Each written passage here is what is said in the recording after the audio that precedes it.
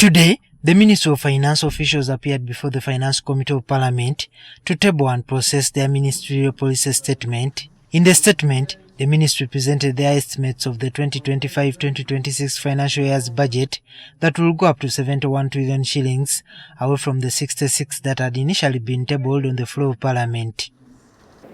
What explains the slight increase? We intend to revise the resource envelope, considering what the Cabinet decided and also other emerging priorities which have come in. In the budget estimates, the government is providing 465 billion shillings to investor Enrica Pinetti, who is said to be behind the construction of the International Specialized Hospital of Lubowa, which was awarded 289 billion shillings in the most recent supplementary budget. This current allocation will take the spending of the taxpayers' money to the stunted hospital construction to 1.39 trillion shillings. Now adding 465 billion in the budget. So this budget that you think is for Uganda, it is actually for the same people. So Pinetti has 465 billion in the budget, which will bring the total amount so far given to Pinetti to 1.239 trillion shillings. Lubowa has an outstanding obligation or a commitment. We have a commitment to pay promissory notes as and when they accrue, as and when they mature. So we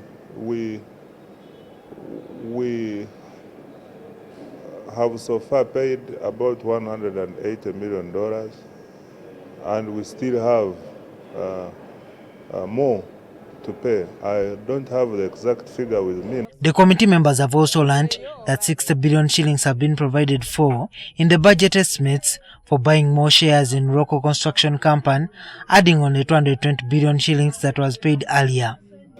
We gave Rocco 220-something billion shilling to buy shares in Rocco. Now they are saying we are going to give Rocco another 60 billion to continue buying shares. We don't know when this will come to an end. Government is also providing 287 billion shillings for different court awards where government lost cases. But 247 billion shillings will go to DRC as compensation awarded by the International Criminal Court of Justice against war crimes that were committed by the Ugandan army as they allegedly pursued the ADF in 1998. In this Congo where we are constructing roads, why do we continue paying the money? Why don't we just use the money they claim we owe them to finance the road construction? The money that will go to servicing the Uganda's debt has also risen from 26.9 trillion shillings that was tabled on the floor to 27.3 trillion shillings in the next financial year. You're supposed to go by that. And if you are men, then that means you want the committee to swallow your burden. And you want to give the burden to the committee to explain to the House, which in a way, it is not the right procedure to do. The problem is that this government wants to work outside the system that is established by law.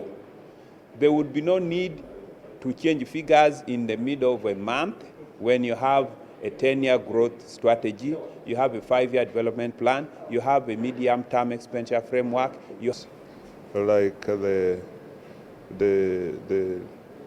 court awards under Congo, things like Lubowa and Loco, which were not yet taken care of, so which have now been taken care of. So this explains why there is an increase.